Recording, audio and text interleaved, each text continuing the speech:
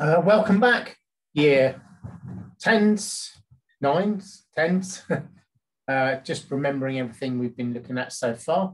Okay, so this is your next lesson on the Whitechapel unit that we are currently studying. I'd just like to kick things off just very briefly by saying that I'm not actually a cat. I am a teacher. I can't get the filter off, so I'm just going to have to run with it.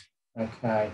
So today's lesson then is going to be on carrying on looking at Whitechapel, our Whitechapel case studies. Starter task.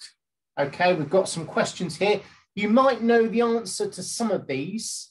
You might not, because we haven't quite covered all of them. So answer what you can. If you want to challenge yourself, you can look up the answers for the ones you don't, either in the textbook or on the internet. So answer these questions. Okay. Pause the video here, answer these questions. When you come back, continue. Pause here. Okay, so welcome back. These are the answers. Check them off as you go. So if you lived in Whitechapel, you would have, okay, on average, you move them out of the way. Okay, you would have that much space, 25.6 foot of space per person. If you'd like to find out what that is, might be worth taking a moment just to do a little research, roughly how much that is. It's about, so it's 3 foot to a yard, and a yard is just a little bit short of a meter. Okay, that'll give you some idea. What was the average weekly rent in Whitechapel? Was 3 shillings. How many people were recorded as sharing an apartment in Whitechapel? Up to 30 people in an apartment. What is a PCSO? It's a police community support officer. We haven't got onto that yet, so maybe you know that, maybe you don't. What year was the Jails Act set up to inspect the prisons? 1835. What was the separate system in Pentonville? Okay, so it's prisoners that are kept isolated, no contact with each other, work was completed in the cell, face mask exercise, individual cubicles. The detective branch in Scotland Yard was established in 1842. What was the large tree that could hang 24 people? It was in Tyburn.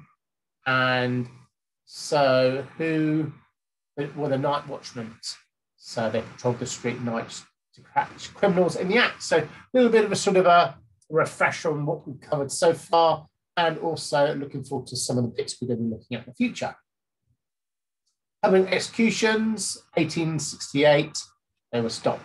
So today then we're going to be looking at tensions in Whitechapel. We're going to be looking at why things were particularly tense in this part of London in this particular time.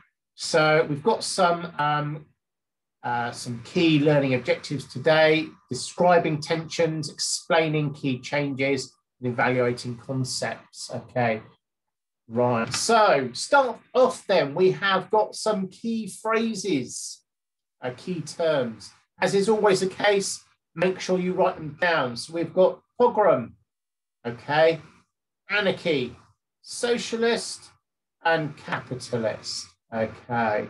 If you're looking for an afternoon's entertainment, you can always ask my good friend and colleague, Mr. Holland, what some of these things are. You'll probably get his socialist ranting at you. Okay, he'll tell you all about the evils of capitalism. Okay, but for now, until we're back in school, just make sure you know what these things are and you write down their meanings. So once you've done that, we've got a video from one of the best video resources on YouTube, one of the best revision channels. Follow this link, okay? Watch this video, follow this link, and then come back here when you're ready. So Whitechapel had long been a place of immigrations. Yeah, it was a place, because it was so poor, it was so cheap to live in that part of London, it attracted poor people.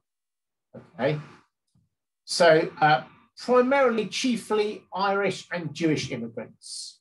Okay, the Irish dominated the work at the docks. Many Jews were escaping persecution in Russia.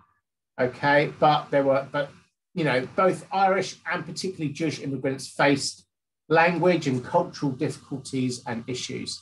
Hopefully you recognize this. This is taken from the revision guide. You should have a copy of the revision guide in your book. Sorry, a copy of your revision guide at home. If you don't have a copy of the revision guide, print this off and glue it in your notes, okay? Or better still, buy the revision guide. Right, so the Irish immigrants then. Who were the Irish immigrants? Well, if you think back to your Year 9 American West studies, okay, people were heading out to America. They were looking to go out to America. Why? Right? So that's question 2. Why were people looking to go to America? All right? Why were they looking to escape Europe? So they settled along the river in London, on the docks, and they were famous for being hard-working, hard-drinking men. They worked hard, they played hard. Okay, they did all these they were navvies. Okay, so they did all the labouring jobs, loading the boats. Okay, as well as things like building the roads, digging the railways, being dockers on the Rivers Thames, and being hard-working, hard-violent, hard-drinking, tough, rough men. They were often violent as well and drunk, which was not particularly liked by a lot of the members of the local community. So, in particular, we have this concept of Fenians. So essentially, a lot of this issue was caused by the UK control of Ireland at that time. Now today, okay, most of Ireland is separate and distinct from the UK. Northern Ireland is still part of the United Kingdom, but Southern Ireland certainly isn't. But at that time, back then, there was a lot of political disagreement over the ownership and the nature of Irish people in the UK. And so there was a fanatical religious terrorist movement, and they were bombing key parts of London in order to essentially protest British control of Ireland. So the Irish, we've got some sentence starters here. I'd like you to read through these, each one of these in turn, okay, and finish the sentences off. Yeah, this cause tension as so. Finish these sentences off for me here. All right. So pause the video and finish each one of these sentences. Come back when you're ready. Okay. So Jewish immigrants, the Jewish people, Jewish immigrants. So another wave of immigration from this time came from Eastern Europe, primarily from Russia. So in 1881, Tsar Alexander II was assassinated and a Jew was blamed. Okay. As a result of this, there was this wave of violence against Russian Jews, and many Jews fled Russia. Okay, and they were trying to find somewhere else in Europe to settle. But it wasn't just Russia, places in Poland, in Germany. So we had these things called pogroms. They were persecutions, times of persecutions, and they were fleeing, trying to get anywhere in Europe where they could A, could afford, and B, where they wouldn't be persecuted. And in 1888, 95% of Whitechapel was Jewish, okay? Pause the video, answer these questions, come back when you're ready. So, the Jewish settlers were widely resented, okay? First and foremostly, okay, people were frightened of Fenians. They were frightened of with people coming in people were frightened of settlers, of immigrants, because of the experience they'd had with Fenians, okay? But also, Jewish people were great at community support and networking. So quite often when a Jewish immigrant arrived, they would try and contact friends, family, people they knew from back home, okay? And they would try and get them a job. They would try and help them and support them, okay? Finding them jobs in local businesses that they were already involved in. They also had a lot of cultural differences. Think back to early on in the unit, okay? Think back to when we looked at how Jewish people were treated in the Middle Ages in Europe. That pretty much, that attitude still existed in Britain at that time. Yeah, people, local communities were very suspicious of people with different religions and different religious traditions, yeah, okay? They were able to work on Sundays, but they couldn't work Saturdays, so that was great, okay? Yeah, they opened their shops on Sunday when other people were closed, so local businesses didn't like that, but when people wanted to go shopping on Saturday, they were closed, right? There was also issues with things like food and clothing, you know, keeping it kosher food and stuff. People had a lot of issues with that, as well as language. It was basically, in a nutshell, point blank racism. Pause the video, answer this question. So just like the task we had earlier, there is some sentence finishers here. Can you please pause the video and finish each one of these sentences? So now, whereas before we've been looking at immigrants, okay, we've been looking at people who came into London from outside of the United Kingdom, we're looking at two groups now, the Socialists and Anarchists, who were people who actually were living in England, particularly in London at that time already. And these are political movements. These are people who are essentially critical of the way the government is actually running things at that time. So anarchists were groups that had come from Europe. It was European movements, okay, in particular places like France and stuff. And they did not like the way the country was being run. They didn't like all the immigration, yeah, and the Irish coming into the country, taking their jobs, being successful, bombing, and they didn't like the government at the time and how easygoing it was on these people. Socialists, on the other hand, okay, were looking to start socialist cultural revolution in this country at the time, like many parts of Europe, particularly Eastern Europe. Okay. So, in the autumn of 1888, a campaigning began for the first ever elections of the newly formed London County Council. Whitechapel was thought to be a promising district to get an SDF council elected.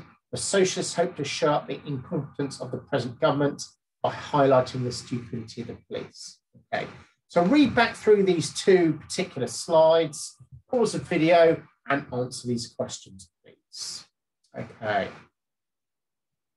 So when we bring all of these issues together in the melting pot, when we bring together the Irish immigrants, the Jewish immigrants, the new socio-political movements at the time, we see rising tensions, but there were other issues. There was high unemployment, housing shortages, okay.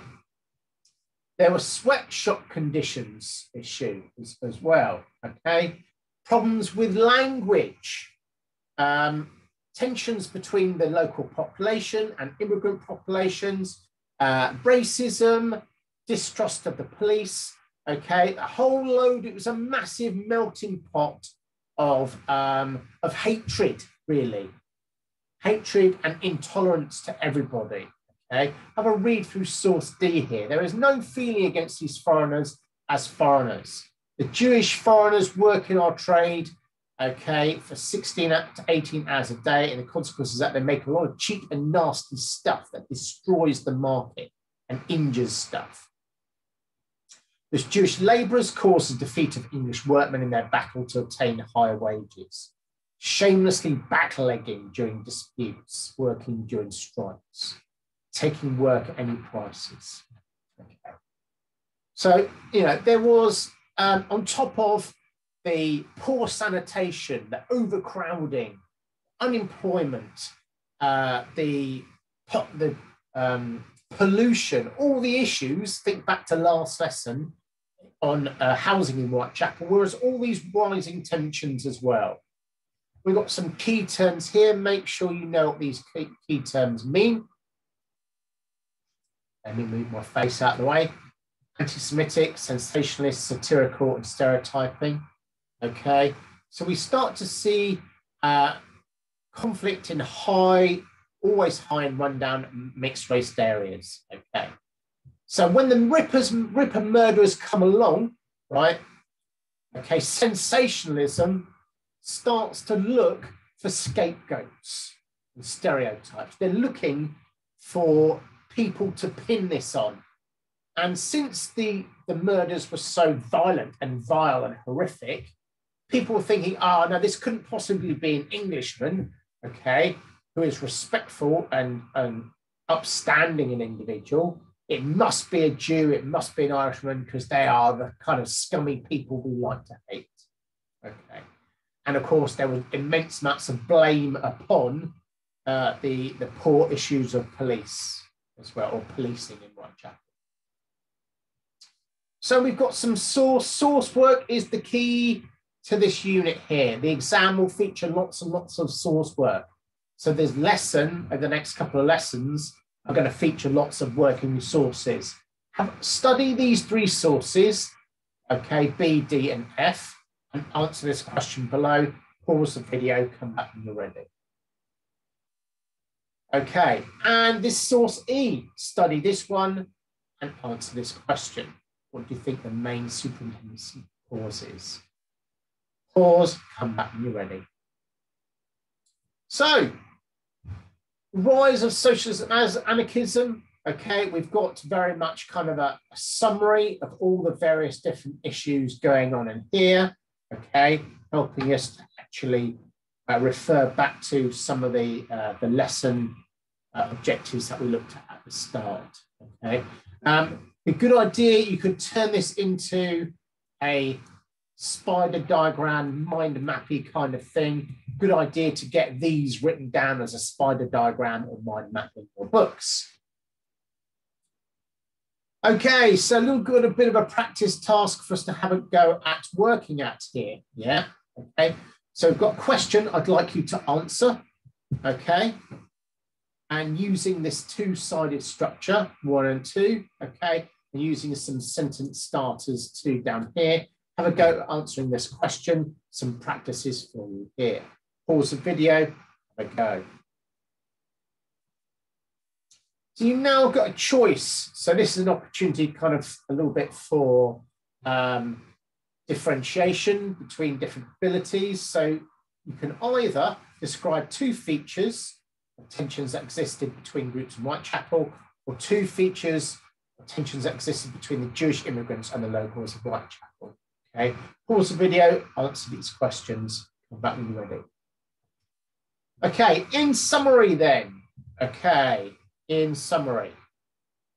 By the 1880s, there had been 2 distinct waves of recent immigration in the Whitechapel district, Irish and Eastern immigration. In both cases, there were fears that immigrants brought with them dangerous political views. Immigration seemed to be a threat to local people's options for housing and jobs.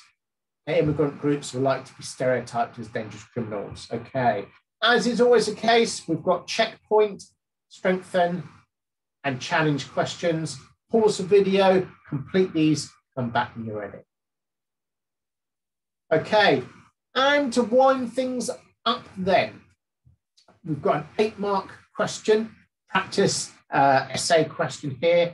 Okay, as I said to you earlier, this exam is all about source work, sources. Okay, and it's and you need to be practicing as much as you can.